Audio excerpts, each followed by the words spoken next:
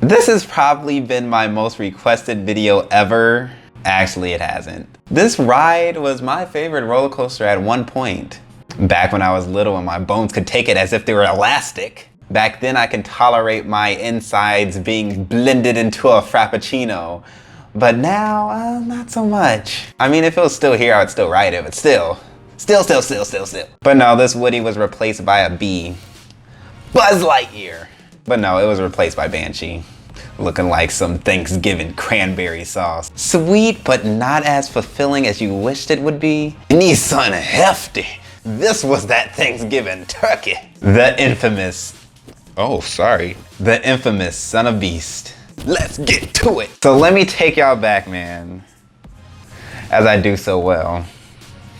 Wasn't nothing like that. Wasn't nothing like the first time. This was back when Kings Island was Paramount's Kings Island. This was the Kings Island I was born and raised to. So don't ask me about no Smurfs Enchanted Voyage. I cannot review that.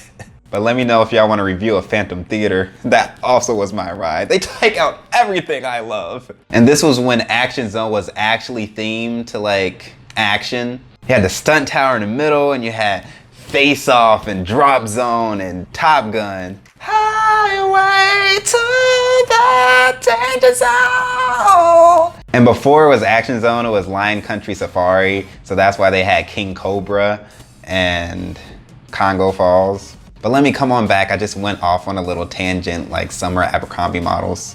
Actually, don't dissect that sentence too much. It may come off a little weird. I didn't mean it to come off that way. I just need to stop saying come altogether. But this right here was a coaster in this section that really took your breath away. Take my breath away. Oh no, y'all can't tolerate that. This wasn't just any wooden roller coaster. This was a big Woody, like this huge porn star Woody. This Woody was so big that they had Montel Williams random ass. At the announcement, they had Montel Williams random ass announcing it. They would have a black man introducing a ride themed off of a beast locked in chains in a cage. How thematic. They had this wooden crate at the front of the entrance that sat there. You're thinking it could be some huge, creepy, animatronic, like beast figure. But knowing what happened with the Crypt, I think we actually dodged a bullet with that. Just kidding, they're under Paramount, they're in good hands for that. I'm rambling again like a shiny Dodge emblem. So this was the tallest, fastest, second longest wooden roller coaster in the world. This made Kings Island have the most wooden track of any park. It's 218 feet tall, 7,032 feet long, 78 miles per hour. But what really set this coaster apart was that it had a 118-foot vertical loop. The track was still the same, but then they had steel structure supports to hold it up. The logo was even dope. Like they had like all the wooden structures and they had that little dark cradle at the top. I'm like, oh, they had that baby carriage. I'm like, no park could pull this off. But you did that, Kings Island, you did that. And then they had the other logo where they had the roller coaster on top and then they had the beast eyes in the dark shadows of the forest trees, just like that Shel Silverstein book. Bitch, nothing but fire. So you finally decided that you're gonna go on this because really, if you're gonna be taking a mile-long trek to get to a roller coaster, is it gonna be this or Top Gun? So you head through the zigzag queue until you go under a tunnel, which is themed to like, it's leading you to Outpost 5, which is basically the station where they're holding some creature captive, which is the son of Beast. You exit the tunnel and you look to the right and you're like, oh, all these cattle pen turns, queue line, whatever they're called. Oh my God. So I only remember waiting in this once. Thank God. But I know opening year, them people waiting for Top Gun was like, that's what you get when you thought bigger is better. After that, you go up this zigzag ramp. It was kind of exhausting, but you know what? It's wheelchair accessible, so what can I say? And you pass the lamps that have a mosaic of chewing gum stuck to it. I've been talking for like 10 minutes and we still ain't even on the ride yet. Okay, wait in the station. You sit in the train, It's a Premier Rides train, which is weird. And you know, like the briefcase lap bar, so you know it's about to be real. You proceed forward dramatically as you see this vertical loop staring right back at you. And you're like, oh my God, what did I just sign up for? You take this left turn downward, then you make a little hill, and then you do this little dip to the left, and this takes you straight to the lift hill. You're thinking, why was everybody complaining about roughness? This is smooth so far. The gag is, the camera is already taking your picture. We ain't even start yet. Why the camera gotta take our picture at this point? And when the train catches to the chain lift, the seat slaps your back like you just talked back to your father. You rise up the hill, and it's going at a nice pace. You see the world lower around you. You look to the right and you're like, oh, we're about the height of Extreme Sky Flyer, right? And then you look to the left and you see that drop, you're like, nope, looking like drop zone, drop tower, like, I feel small now. But inevitably, you reach that peak at 218 feet and you do this dip to the left. Then you rise up a little bit before going down this 214-foot drop.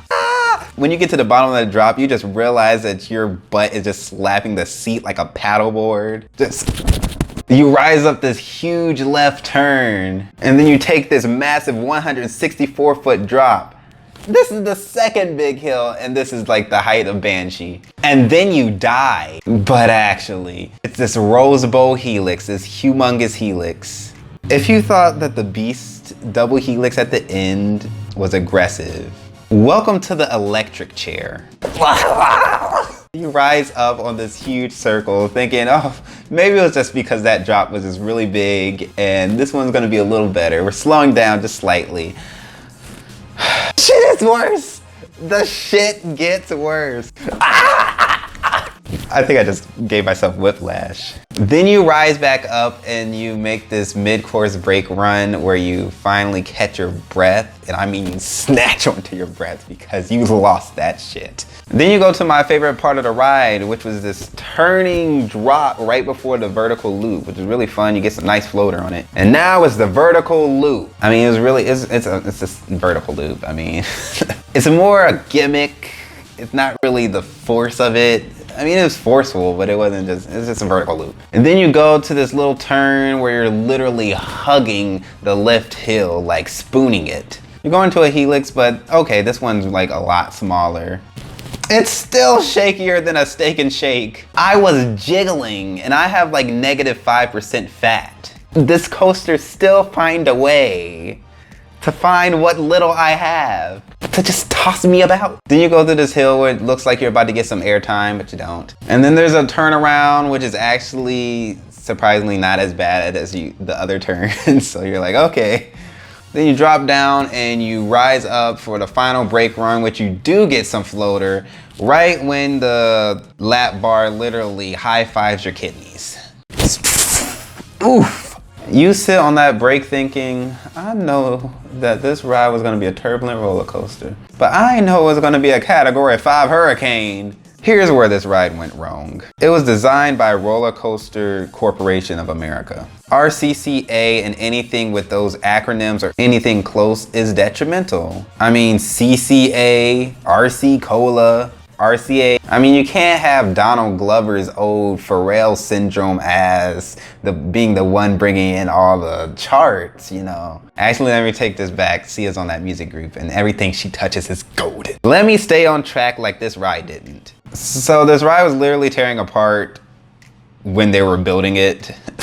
They had like a windstorm like during construction and some of the supports fell apart. How y'all building this with Scotch tape? The Kings Island filed a lawsuit against the people that brought the wood and RCCA. In 2006, the train came to an abrupt stop towards the end of the ride, which injured some people. No one really knows why. No one. See, now I sound like Alicia Keys, which is on RCA. All together in their mischief. This made them change the trains to some lighter trains. There's some cheap ass infant color trains. It's a boy blue. And they were so light that they couldn't go through the loop. But really ain't nobody asked the loop to be that big, but yeah, it couldn't go through the loop. So they removed the loop and they put a straight section of track. I mean, it was a perfect area for an ejector airtime hill or a tunnel or both, but at least it was reopened. And then in 2009 it closed because some lady had like a subdermal hematomas. A blood vessel popped in her brain, okay? And then it then it closed indefinitely and just stood there for years like Confederate statues. And then you know the rest. I would rate this ride a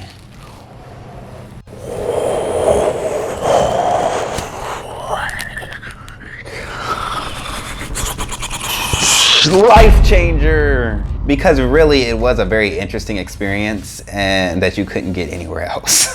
The first time it was a life changer. The other times it may have been a fuck this ride or a kick ass, but it just depends on how well you could tolerate it. So what are your thoughts on Son of Beast? Did you guys ride it? Let me know how you felt about that ride. If you didn't, now you know how it would have been. Please share, comment below, like that video. Make sure that notification bell is on. Spread that word, please. I'm Rob from Rob's Rides, keeping it 100 with all things amusement. And if you thought I was Xander Smith, hit subscribe and I'll come back with a new video.